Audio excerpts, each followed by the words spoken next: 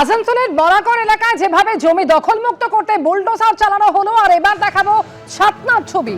অবৈধ বালিঘাটে চলল বুলডোজার। গ্রামবাসীদের অভিযোগে বিধায়কের নেতৃত্বে অভিযান চলে এবং অভিযানে বাজেয়াপ্ত মাটি কাটার machine, tractor, motor bike, laptop, নগদ। বাঁকুড়ার ছাতনা থানার কাকি গ্রামে উত্তেজনা তৈরি হয়।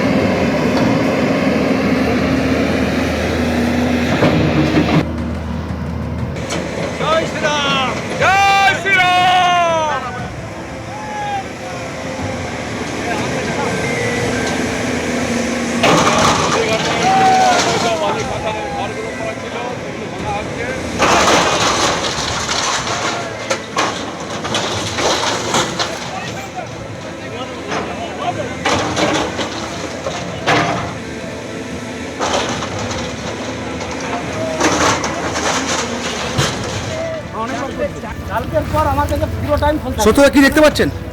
কি দেখতে পাচ্ছেন? কালকে তো এগুলো সব বাজেয়াপ্ত হয়ে গেছে, এগুলো সিজার লিস্ট চলে গেছে। এগুলো কবে নিয়ে যাবেন আপনারা?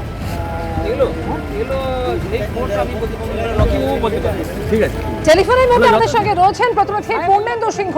পূর্ণেন্দু, দীর্ঘদিন ধরে মানুষের অভিযোগ ছিল যে অবৈধভাবে বালি তোলার কাজ চলছিল, আর সেই অবৈধ বালি ঘাটি এবার ভেঙে দেওয়া হলো।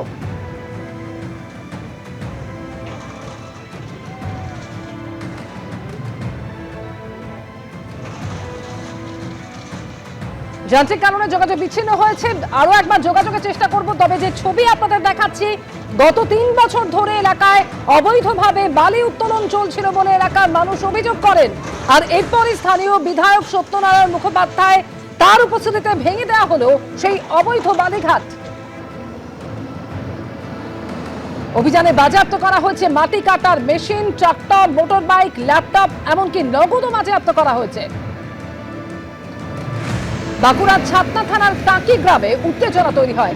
আরো একবার যোগাযোগ করতে পেরেছে প্রতিনিধি পূর্ণেন্দু সিংহর সঙ্গে। পূর্ণেন্দু, অর্থাৎ বাসিন্দাদের দীর্ঘদিনের অভিযোগ এবং সেই অভিযোগ মতো অবৈধ বালিঘাট একেবারে ভেঙে দেওয়া হলো। একেবারে তোমাকে বলে রাখি যে ছাতনার যে ঝাঁটিবাড়ি এলাকা, তার পাশ দিয়ে বয়ে গেছে দ্বারকেশ্বর নদ। এই দ্বারকেশ্বর নদে বিজেপি বিধায়ক সত্যনারায়ণ মুখার্জির অভিযোগ যে প্রায় 3 বছর ধরে অবৈধভাবে মূলত এলাকায় 4টা বালি খাদান, তার মধ্যে 3টা অবৈধ রয়েছে, 1টা বৈধ রয়েছে। এই যে দ্বারকেশ্বর নদ, যে নদের জলের যে গতি, সেই গতিকে একদিকে বন্ধ করে দেওয়ার মতো পরিস্থিতি করেছিল। রাস্তা করেছিল, নদী পুকুরে ফিরে গেছে রাস্তা, যে রাস্তা দিয়ে অবৈধভাবে ডাম্পারে করে ডিসেলের মাধ্যমে বালি তোলা হতো। গ্রামবাসীরা যেটা জানাচ্ছে, তারা বারবার পুলিশের প্রশাসনকে জানিয়েছিল, কোনো কাজ হয়নি। সব থেকে বড় জিনিস হচ্ছে, যেখানে আজকে প্রশাসনের আধিকারিকরা, রেভিনিউ অফিসার নিজে স্বীকার করছে যে হ্যাঁ বিষয়টা অবৈধ বটে, এবং আমরা ব্যবস্থা নেওয়ার চিন্তা ভাবনা করেছিলাম, কিন্তু উপরে একটা চাপ ছিল। কার চাপ ছিল? উপর মনে কোন আধিকারিকের চাপ ছিল সেটা কিন্তু স্পষ্ট করে বলছে না। কিন্তু সরকারি আধিকারিকরা যেটা জানাচ্ছে যে বিধায়ক এবং এলাকাবাসী যে অভিযোগটা করছে, অভিযোগটা পুরোপুরি সত্যি। আমরা এখন ব্যবস্থা নিচ্ছি, কারণ একটা সরকার নতুন এসছে। আমরা আমাদের উপর নেতৃত্ব আধিকারিকরা জানিয়েছে ব্যবস্থা নিতে, আমরা কড়া ব্যবস্থা নিচ্ছি। এবিপি আনন্দ, এগিয়ে থাকে, এগিয়ে রাখে।